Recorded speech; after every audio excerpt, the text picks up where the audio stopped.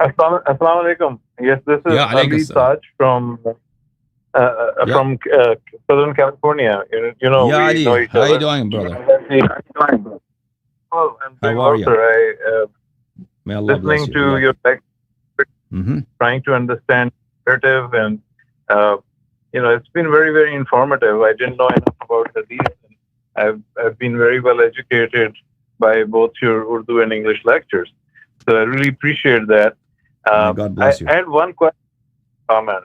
Uh, so about your lecture today, you were saying that the Ashaira and the Hanabila were very opposed.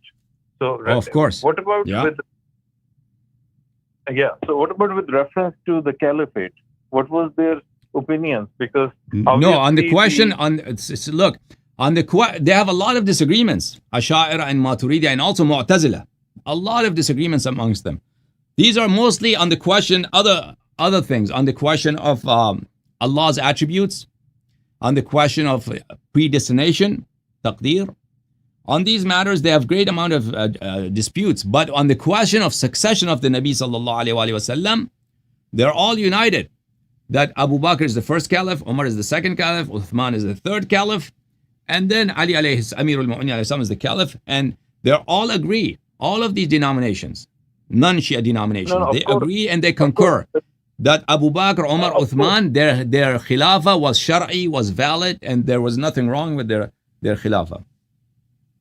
But in the sense of who is the caliph, because you know as well as I do, is that the Saudis, with the empowered by the Ibn Taymiyyah type, you call them Ahl Hadith type of people, actually destroyed the Ashaira or Maturidiyya type of people, which were the Ottomans.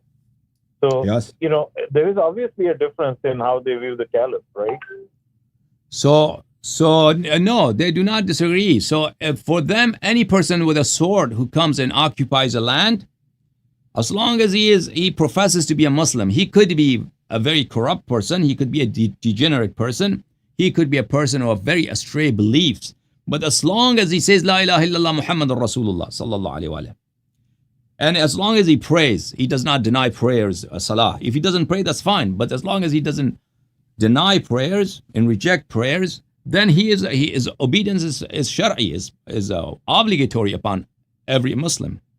So on that question, the Asha'ira and Ahmad ibn Hanbal, their position is one and the same. There's no dispute amongst the two. On political issues, they are one and the But then same. Yes. how come Yeah. one was choosing Saud and the other one was choosing So Ottoman? that was a political. There Yeah, has that to was be some- no, it was not. Yeah, and because in Najd, the majority of people are Hanbali, and what happened originally, the Saud family, they were very weak and very small, and they made an alliance with Muhammad ibn Abdul Wahhab.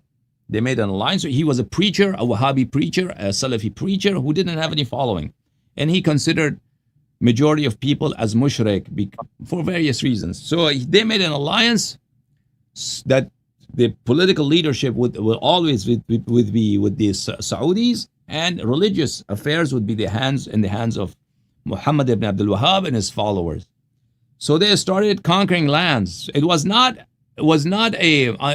no difference on the question of imama, at least theoretically, between the Ottomans and the Saudis. That was not any question theoretically. Yeah, none. But practically, yes, because the Saudis, they wanted to occupy the land for themselves, and they did not recognize the Ottomans. Yeah. So I think you will have to agree that while we're benefiting from your religious side, you have to agree that if you look at recent history, there is absolutely no doubt that the factors that come into play are more than religious. They're political, they're social. The Muslims living in Najd and Saudi Arabia were very, very different. Yeah, of course. The world is very complicated. Things that have happened throughout history, they are not very simple, and they are very complicated, and there are so many factors that play in historical that come into play in historical events, and the conquest of the Najd in Hijaz by the Saudis, how it happened and how it panned out. There are so many factors there. However, that's not the topic. The topic of our discussion. Our topic is theoretical.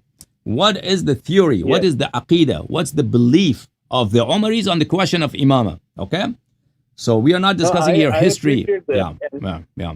And that's my question and comment is, if you will allow, I would be happy to introduce you to speakers who would look at the application of this theory, especially in modern day, where, how we can make that caliphate, which has been so oppressive, like I've learned from you, the genocide of the Armenians. Maybe we should bring an Armenian to your show and to talk about the Armenian genocide by these so-called caliphs. And for 1300 years, we've had this oppressive caliphate, and we have to get our Sunni brothers to appreciate the fact that, we can't have these caliphates anymore in this today's world. It's not possible.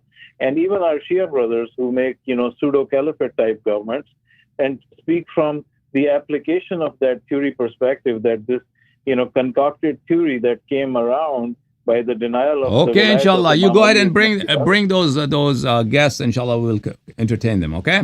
Thank you so much. May Allah bless you. Allah keep you well. Inshallah, we'll go to Glendale. Okay. May Allah keep you well. Thank you so much. May Allah bless you.